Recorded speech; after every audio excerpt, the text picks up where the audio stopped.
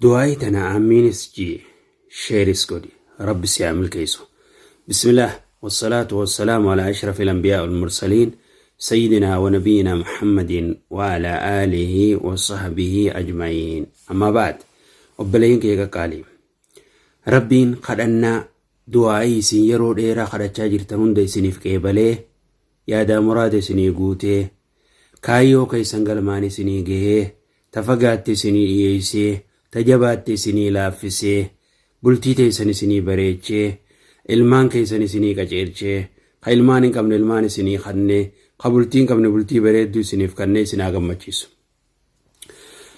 Rabbiin subhaanahu wa ta'ala kadhaati ramadaana dabre soomana dabre kadhachaa turtan ka isin kadhachaa turtan kanarrallee kadhachaa jirtan rabbi isiniif haa qeebalu. Yaa nama du'aayin isaa du'aayii godhachaa jirtu kasiif hin qeebalamin ammumatti rabbi siif haa qeebalu.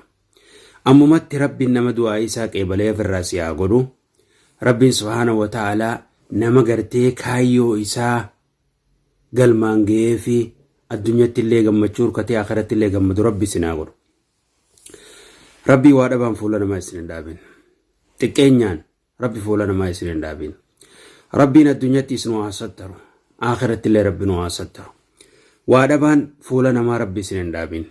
Sadaqaa barbaada waa dhabaan rabbi fuula namaa isin hin dhaabin.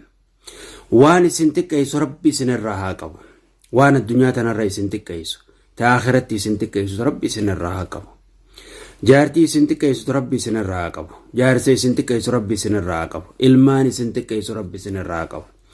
Rabbiin haadha manaa gaarii isiniif haa kennu. Ta sodaa rabbii qabdu, ta jaalala rabbii qabdu, ta nyamnyamii fi iraar hin qabne, ta si jaalattu, ta maatii tee jaalattu. Ji'a keessa jirru kana keessatti